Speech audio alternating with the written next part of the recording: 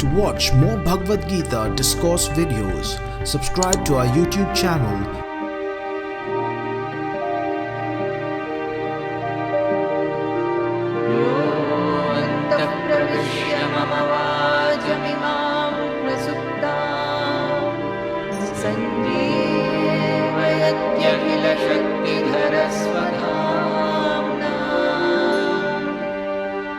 Now, he presents a proposition in a very beautiful manner. There is a lot to think about it.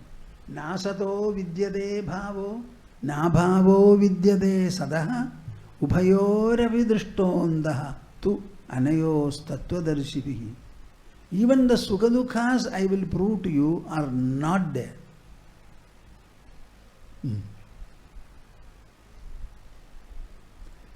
So he sets a proposition. Tattvadarshis, those people who are given to very deep and close and consistent introspection over the subtle truths of life, which cannot submit themselves to any kind of an objective scientific analysis. We can penetrate there only with our intelligence. Say, you have a thought in your mind. Can you ever see it? Can you measure the sukha experience or dukkha experience? Inside our body, whatever is transpiring, no access can be made to them by virtue of any kind of an objective scientific process. Let us be very clear. So the only way you can access it, buddhigrahyam adindriyam, as Krishna says later. Though it is beyond the senses, it is accessible to the intelligence. Krishna is activating the intelligence of Arjuna and making it reflect upon, and through that process, Arjuna is made to imbibe all the qualities that are required. So Bhagavad Gita is a discussion of the qualities and excellences of human life. The qualities and excellences which are relevant to the emotional mind and the rational intelligence. In addition, Bhagavad Gita also speaks about developing your will and wish. We have got something in the way of willpower as people call. That will can be extended and developed to any extent.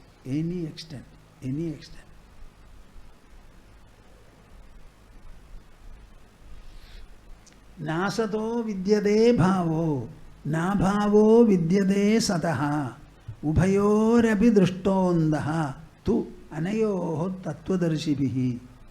Tattvadarshis are those people, Maharshis and ascetics particularly, who constantly take up this kind of an introspection.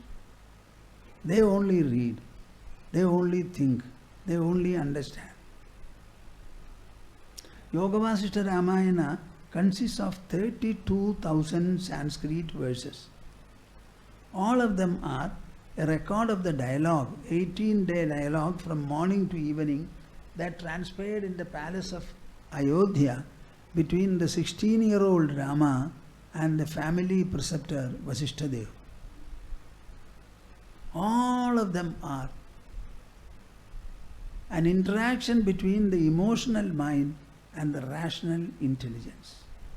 In Yoga Vasishtha it is between the enlightened intelligence and the confused mind. The whole discussion is that. So he says, Tattvadarshis have found out.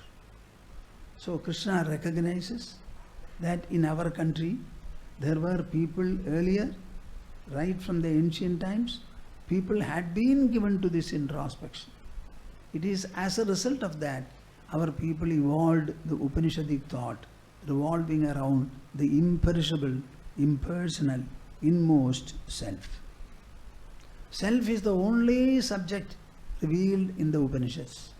Self. And what is the self? Everyone's identity, unchanging identity, denoted by the term I. So I is the subject of discussion and revelation in the Upanishads. So people were able to evolve to that level only because they were given to Tattva Darshana. Tattva Darshana. Tattva means what? In English we call it principle, but it's not right. Tattva is actually neither a substance, nor matter, nor energy. It can only be deciphered by your intelligence. For example, we say zero. What is the zero? Can you demonstrate it? We have numbers like 1, 2, 3, 4, etc., etc. But when we say zero, what is that? Can anybody demonstrate it? Show it to you. This is zero. Similarly, we use a concept called infinity. What? Is infinity definable? It is only a concept. In Sanskrit, we call it pratyaya. It is something that occurs to your mind or intelligence. So we present the proposition and start explaining it. To demonstrate zero, the methodology that our people adopted was 16, I tell you. Imagine 16, 1, 6. Are you imagining? Divide it by 2. You get 8. Divide it further by 2. Half it. Then it becomes 4. Take 2 away from it. Again take 1. Remove that also. What is left is 0. This is called 0. Now, is there anything called 0 there? But 16, 18, 10, everything we know. But 0 we cannot show. But it is a concept. All the others are visible, but this is invisible, but nevertheless meaningful and relevant. Similarly, we say infinity. What is this infinity? There can be smaller infinities and bigger infinities. Both, all of them are infinity. But what is infinity then? We cannot say. Infinity is a measure about which you can say nothing. That's all. Similarly, these are all concepts. They are postulates. Mento-intellectual postulates presented before the people for them to think and deliberate upon. So he says, 2 propositions are there. Asat and Sat. What? In Kerala, in our common parlance, sometimes we scold people, he is an Asat. They are saying he is a useless man, troublesome man, wicked, etc. It's a blameful word. Asat. Asat. And the opposite of it is Sat. So Sat and Asat are 2 propositions. Now we will define the proposition. Nasato vidyate bhavo. Say that. Nasato vidyate bhavo. Asat is that which never comes into expression, existence, prevalence or presence. Asat. Asat means something that never comes into expression or revelation. And what is Sat? Sat is something which never goes out of expression. So Sat can never cease to be, and Asat can never come to be. These are 2. They are only in your mind and intelligence. Asat will never be present, and Sat will never be absent. Now these are 2 propositions and definitions. Now you tell me, when you compare terms, then what is the conclusion? The conclusion is, if there is anything existing, it has to be Sat. Otherwise it cannot exist. If we accept it as Sat, then it can never change or transform. What is change? Change is disappearance of the present form and appearance of something new. So if the Sat changes, that means it is absent. One form goes away and another form comes. So the two are not the same. So though propositions are two, the conclusion is only one. Sat alone can be. And whatever is, it has to be Sat. Whatever is, it has to be Sat. If it is Sat, it cannot change. Now you apply it to yourself and the world and let me know whether you are Sat or Asat. Huh? If you are Asat, then why say I am? If you are Asat, then how do you say I am? I was. Was there any time when you were absent? The I in you was absent. When you become unconscious, then after waking up you say, I was unconscious. After sleeping you say, I slept. So is there any time when the I has disappeared? So is it not Sat? Anything other than the I can be Asat, but I can never be Asat. It is the Sat. Apply it to Sukha Dukkhas. Apply it to? Are Sukha Dukkhas Sat? If they are Asat, then why are they there? So Sukha Dukkhas cannot be called Sat. At the same time, we cannot dismiss them as Asat because we are feeling. So what is the truth? The truth is that neither Sukha nor Dukkha has got a prevalence. It is something else that makes us feel Sat, Sukha and Dukkha. One example I can tell you is, look at my finger. This is only a pen. It has got a very linear dimension, very limited. Now look. Are you not seeing a circle? Circle means what? It is a pencil. Circular pencil. How can it be? Is it there? But are you not seeing it? So visually you may see something. When you examine it, you find it is not the real expression. There is only one pencil, one pen, which I have held in my fingers, and I rotate my finger very fast, so much so that you are seeing a circle. So the circle is an illusory presence. The pen is the real fact. Similarly, in your Sukha Dukkhas, are the Sukha Dukkhas themselves anything?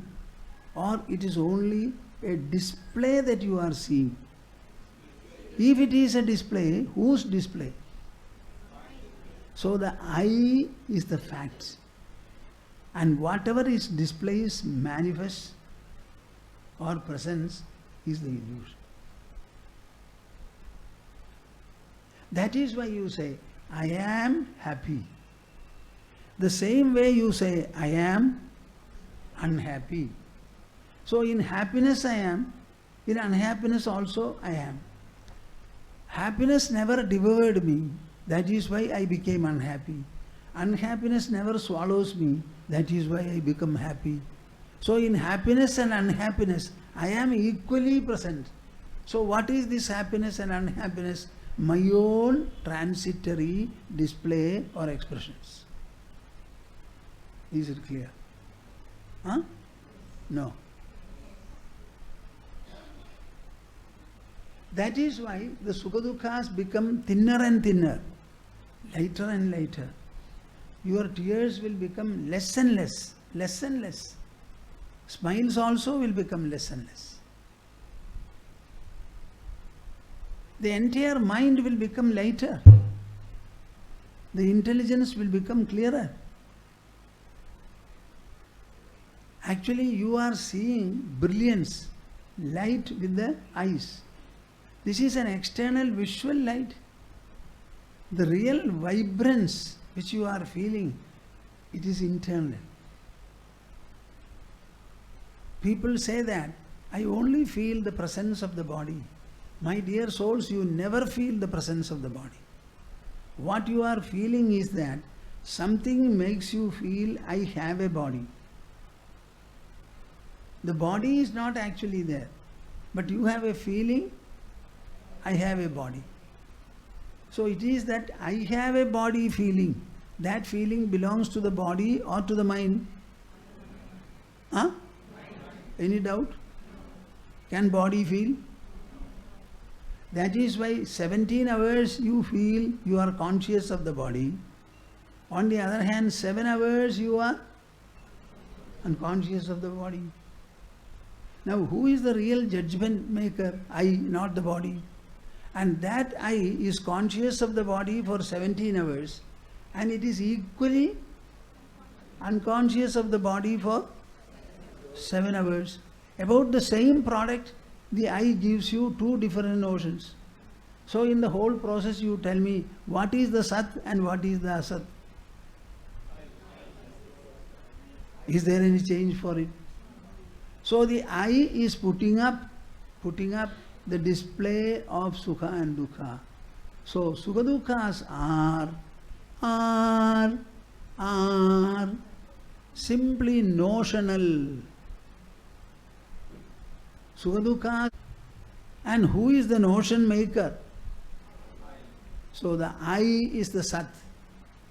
The rest is all Asat. That is why in all the Asat manifestations, they are not disconnected from the Sat.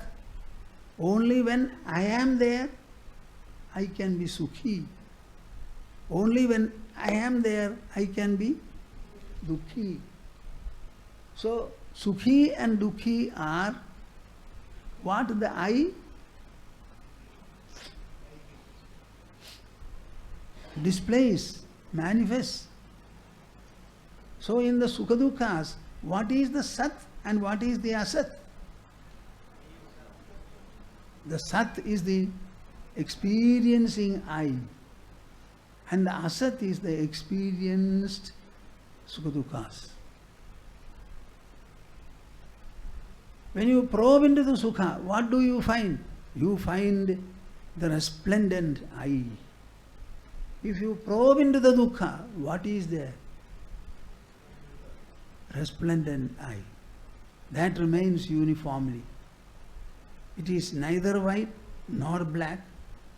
It is neither thick nor thin. It is neither existence nor non-existence. It is neither internal nor external. All these words which I have used are ideas formed by the I. Why don't you spend enough time on this process of thinking? If you spend about 25 hours on this thinking, you will start feeling Sukha Dukkhas are lighter and lighter and lighter and lighter. You will yourself start saying, no Sukha and no Dukkha. You tell me in Sukha, what manifests? What is it that really produces Sukha? And what produces Dukkha? So is it not yourself putting a white dress and a yellow dress? There are at least two, body and dress. But here there is only one, the internal consciousness. That consciousness makes you feel Sukha.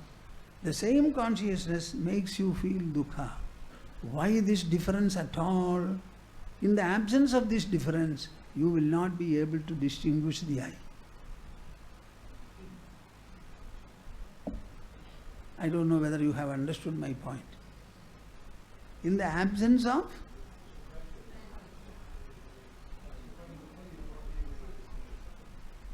our astronauts, when they were going to moon, they went away from the orbit of the earth, far into.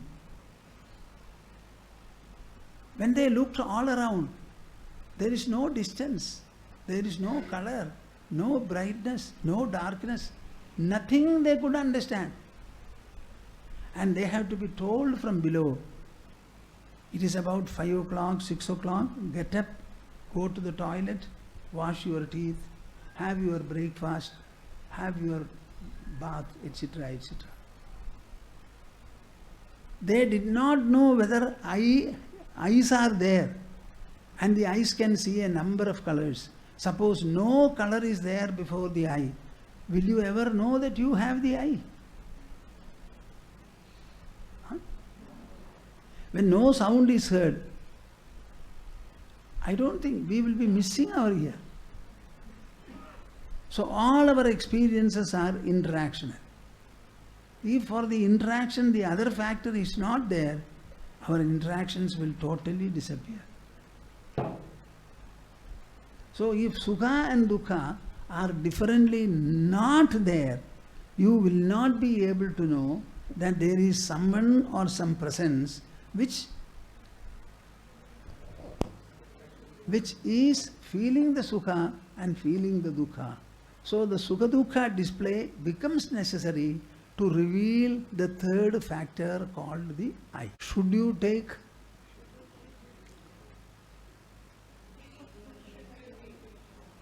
sukha dukkhas as distinct from one another, or should you have the viveka by having sukha dukkhas? These sukha dukkhas are there only to reveal the I behind them.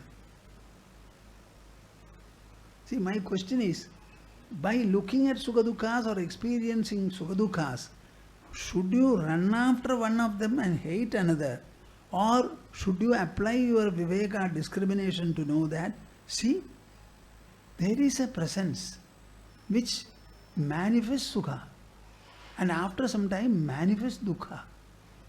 It is to go to that presence that these alternates are there. So whenever sukha dukkhas come, don't get lost in them. Try to unearth the I which brings them and takes them. So every experience, say, is a pointer to the experiencer. Every experience is a pointer to the experiencer. When you start looking in this manner and evaluate all your experiences, what do you get? You get only one experiencer. So can you look at the object and be infused by the subjects? My dear souls, this is a very great explanation. You are looking at the object and get lost in the object.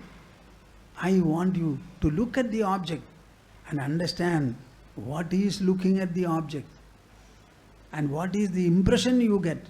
You get the impression of the subject. So all objects equally point to and confirm the presence of the singular subject.